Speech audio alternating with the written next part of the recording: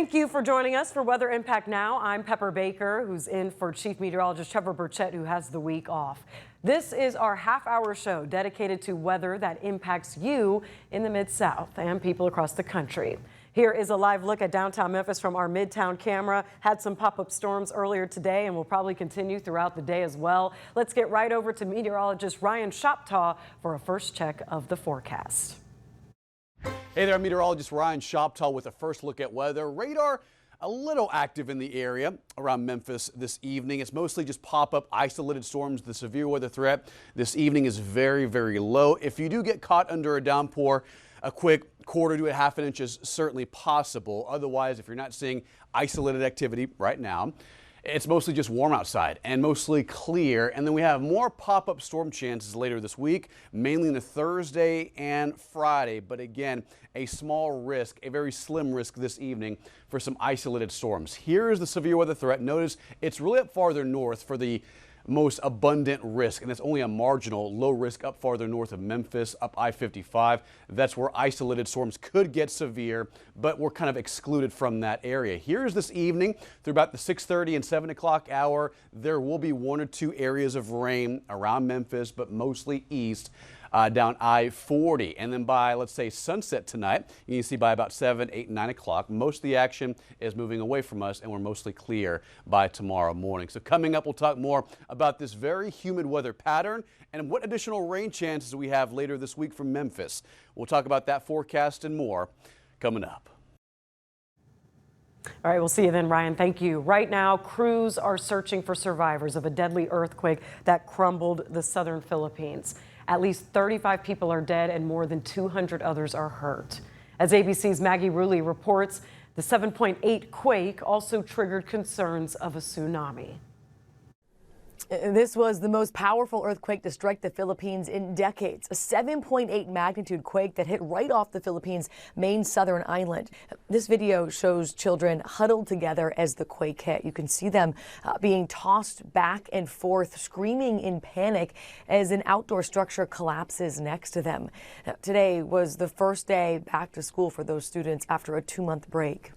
Now, the earthquake was so powerful it triggered tsunami warnings across the region. The president of the Philippines suspended classes in the affected areas, telling anyone there to move to higher ground, saying your life is more important than anything left behind. The good news is that warning has since been lifted. It's also a reminder that earthquakes are common in the Philippines. The country sits right on the Pacific Ring of Fire and sees dozens of quakes a year. But again, this one of the most powerful they've seen in decades, and aftershocks are still expected. Maggie Rulli, ABC News, London. Scary reports across the world now back here in the States, parts of Springfield, Missouri remain under a flood watch, and that's according to the National Weather Service. It's an area that's already drenched. You can see the floodwaters at a park in Springfield. Crews had to rescue a man who had to take cover under a pavilion because of the fierce current. The National Weather Service expects more thunderstorms to move through that area into the morning, and that could cause more flooding. Now, in the Mid-South, a Holly Springs woman has a warning for anyone who is planning to spend time outdoors as we head into the summer. That's right, tick bites. Now, she says a tick bite has her battling the life-threatening condition called alpha-gal syndrome. Now, eating red meat could potentially cause a deadly allergic reaction. She talked exclusively with ABC24 about how this diagnosis has forced her to change careers. It's just a lot. It's a lot that I can't do. I'm sorry. What started as a tick bite turned into a diagnosis that's changed nearly every part of Tamitha Isom's life. The Holly Springs woman says she first noticed something was wrong after she began to get sick every time she ate red meat. I noticed that after eating flank steak, red meat, I was at a restaurant, a lot of different, cuts of meat were coming out, a lot of beef. And I noticed that as I ingested, it was getting more and more difficult for me to breathe. After searching her symptoms online, Isom learned about alpha-gal syndrome, a condition often triggered by bites from the Lone Star tick, according to the Centers for Disease Control and Prevention. Just days later, doctors confirmed her suspicions. The doctors on the appointment I went to on May the 4th did a panel, alpha-gal panel testing that they sent in to see the rates, if I had the alpha-gal in my blood, and my levels were like 44.30. way extremely high.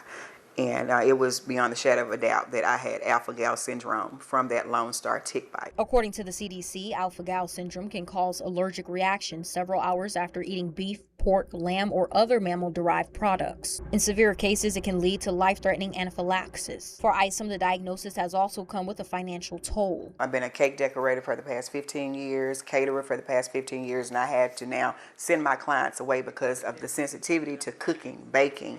Even with working food service, I had to leave a job, a $77,000 a year salary, because I was nauseated, smelling food, getting sick. Now she's rebuilding both her career and daily routine while learning what foods and environments are safe. But everyone is supportive.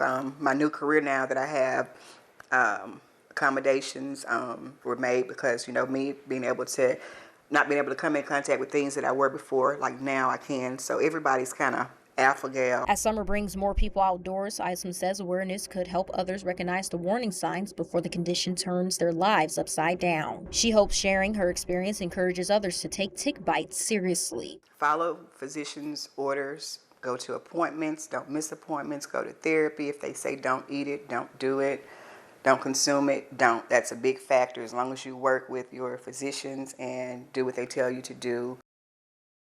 Such a little bug with a lot of bite. That was our Shakina Davis reporting. Now, from one summer pest to another, mosquito-borne illnesses like West Nile virus are also a concern in the Mid-South.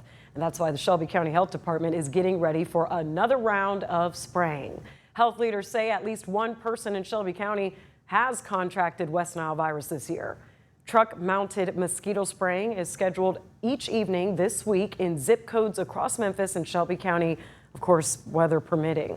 The health department is encouraging people to use insect repellent and take precautions outdoors throughout the season. All right, you're looking live at downtown Memphis. We've had pop-up storms, and all that rain definitely makes for a good environment for mosquitoes. So definitely be careful out there. We'll have another look at the forecast after the break.